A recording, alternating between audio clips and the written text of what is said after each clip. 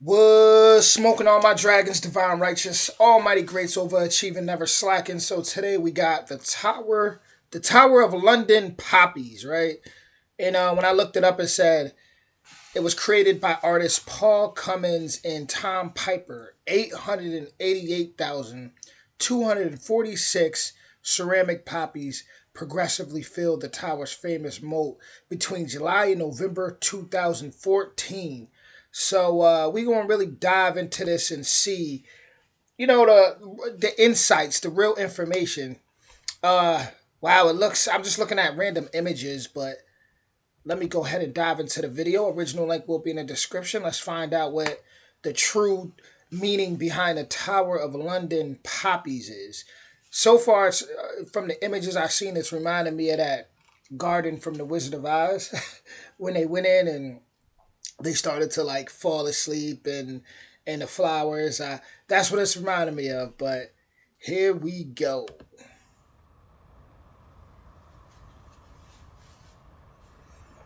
So yeah, it's breaking down everything I said. In 2014, artists Paul Cummins and Tom Piper, along with historic royal palaces, had a vision to fill the moat of the Tower of London with 888,246 ceramic poppies. I wonder what the significance, because that's very specific, 888,246. So I wonder if that, I wonder what that means. I wonder what the meaning behind that number is. It says one poppy for each British and colonial fatality during the First World War. See, I was thinking that, but I was in my head. I'm like, no, it couldn't have been that much people that died.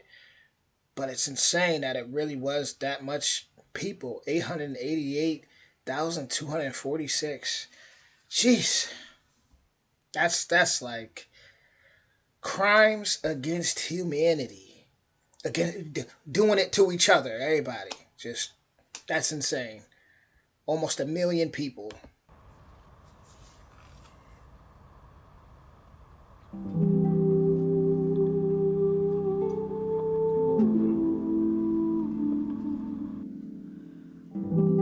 I was just in awe of how many people were here.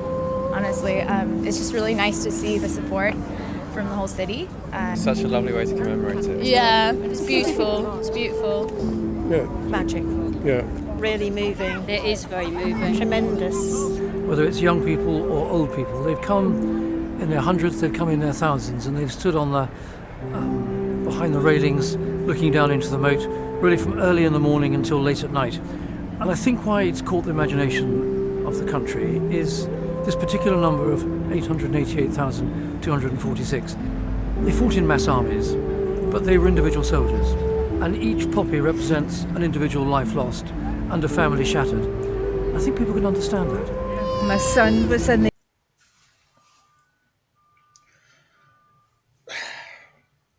When I look at tragedies like 9/11, I think that was only what, I mean, still a lot, but about what, 300,000 people that died in 9/11? So it's like, it's just insane. Looking at those poppies, just could you imagine all the spirits? Every poppy representing a person. And as he said, their families that were shattered. But could you imagine just another dimension where they're all just still there? It's very beautiful, though. Very beautiful. Individual life lost and a family shattered. I think people can understand that. My son was in the army as well.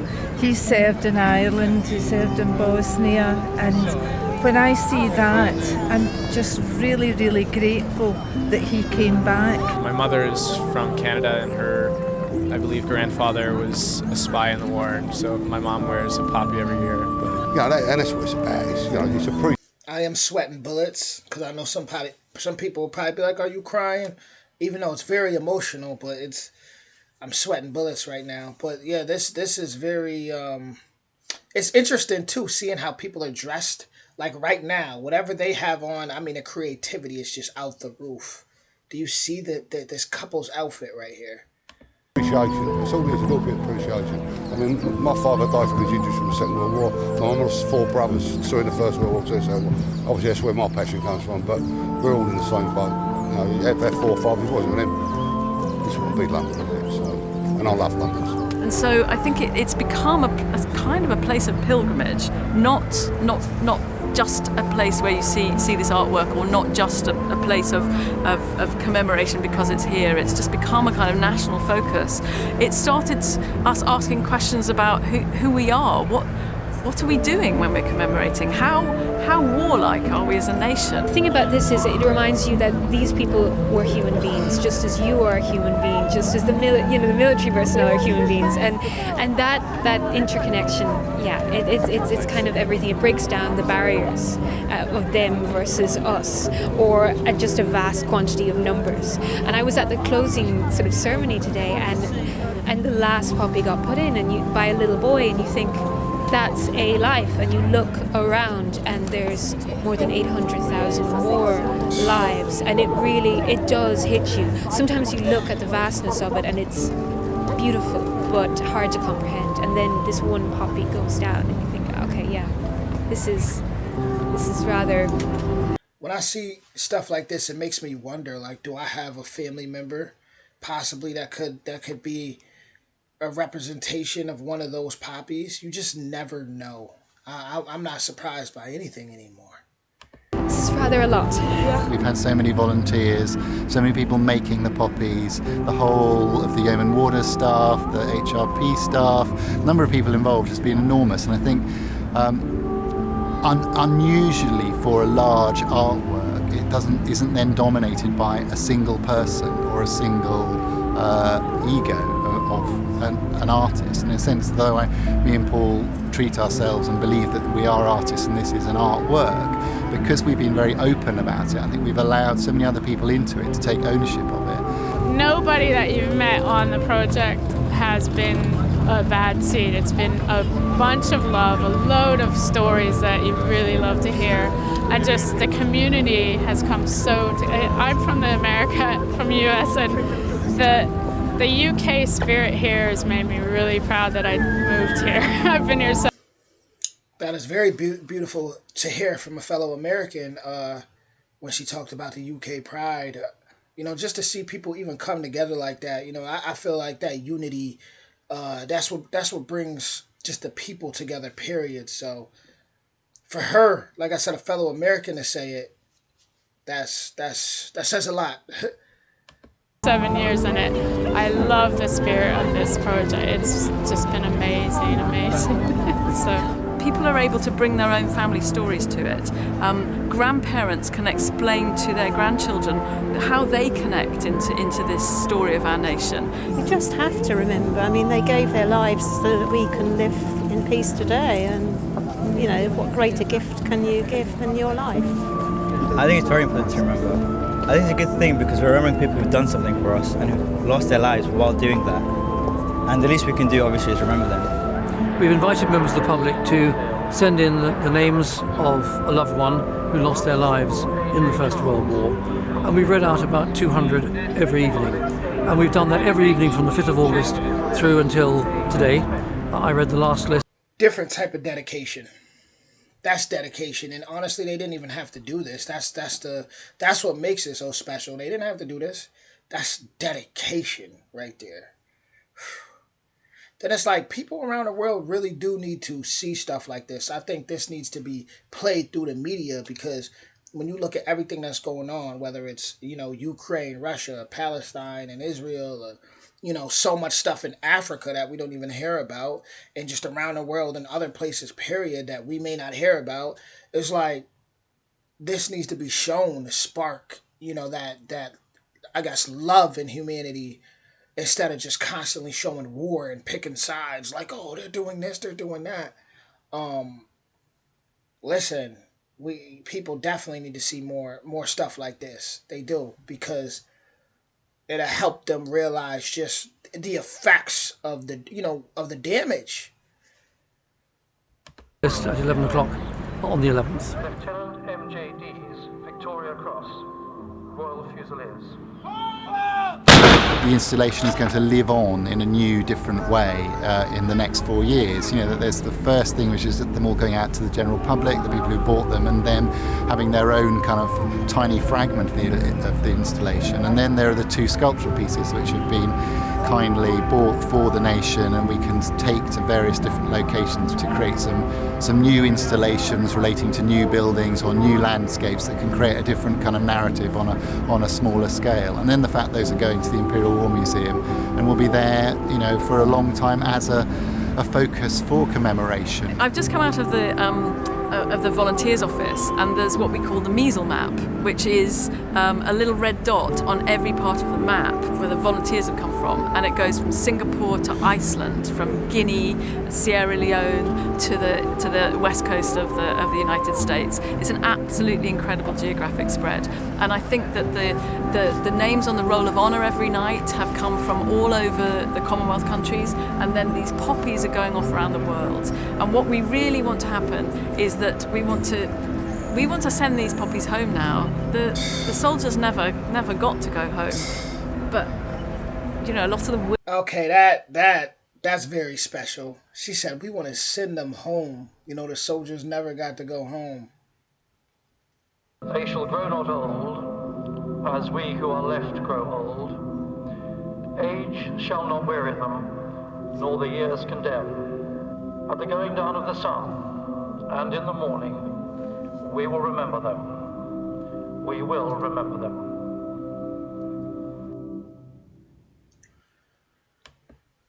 That is probably the most amazing thing I'm going to see today. And that's why I always say, like, the past is so important. You know, a lot of people say, oh, forget about the past. Once again, what I always say is, yeah, don't live in the past, but you got to go to the past to learn, right? To study and learn, so you don't make the same mistakes and repeat them in the future. Past, present, and future all are very, very important. So the fact that they learn, it seems like when they're learning, there's a lesson behind all that, right? They're making it to the point where those people just kind of get their justice, right?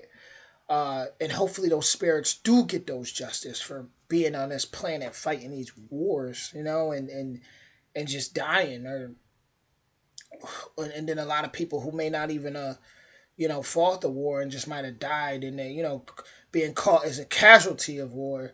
A lot of innocent people. It's just, when it comes to war, it's just so much that happens. And like I said, videos like this need to go viral again, over and right now in the times we living in, because people need to see things like that.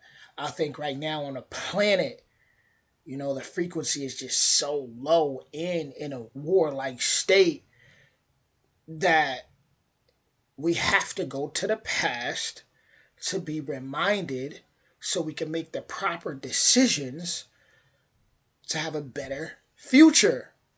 Now, obviously, certain things are unavoidable, right? I'm not gonna dispute that, but at the same time, it's like, especially as citizens, right? The people, we just don't want to make the same mistakes over and over again. Because look at that. I mean, like I said, it's a beautiful thing, but at the same time, it's also very sad, right? It's also very sad. It would be amazing to see more people around the world do things like that, and that become the norm. Because it's like, it feels like we're in a time period now where if you do something good and it's on camera, right? If it's not in a documentary or some type of video like this, then it's looked at as you're bragging. And yeah, you got people that do things for attention, but at the same time, I believe in people seeing, that good energy, because especially when we're in a time where there's so much bad that's constantly on camera, so much bad that's promoted, that I would like to see more videos of people doing good. But it's like nowadays, if you even do something good, or and it's on camera, it's like, oh, they can't be doing it from the heart. That's a big narrative out here nowadays. And like I said, no, I personally believe I'd rather see people coming together on camera in unity than to see people fighting and people arguing and people debating constantly back to back, because I do think it becomes a waste of time after a while. You know, it does. It does when you just constantly in this, it becomes like hell, like you living in a hell state when you turn on the news and it's just, or you go on social media and you accidentally watch. It's like you watch one negative video on accident, and that algorithm is just going to keep pumping that at you, pumping that at you, pumping that at you. So, yeah, I love to see more positive things. I love to see, even, I'd rather that be a trend, right? Of people coming together and saying, hey, imagine if people studied the lands they're from and said, okay, this happened there, these natives died here, or, you know, we had veterans that went through this here. Let's, you know, even if it's just once a year or once every 2 years, whatever, let's come together as a town, well, even if it's, well, regional, that's pretty big, but, you know, a town, a county, and let's do something, right? Let's do something from the heart. But with that being said, that was the Tower of London Poppies. Original link will be in the description, and you learn something new every day, and I'm happy I learned about this. Much love to all those who lost their lives in World War One, and like I said, looking around today, hopefully we walk more into a positive direction.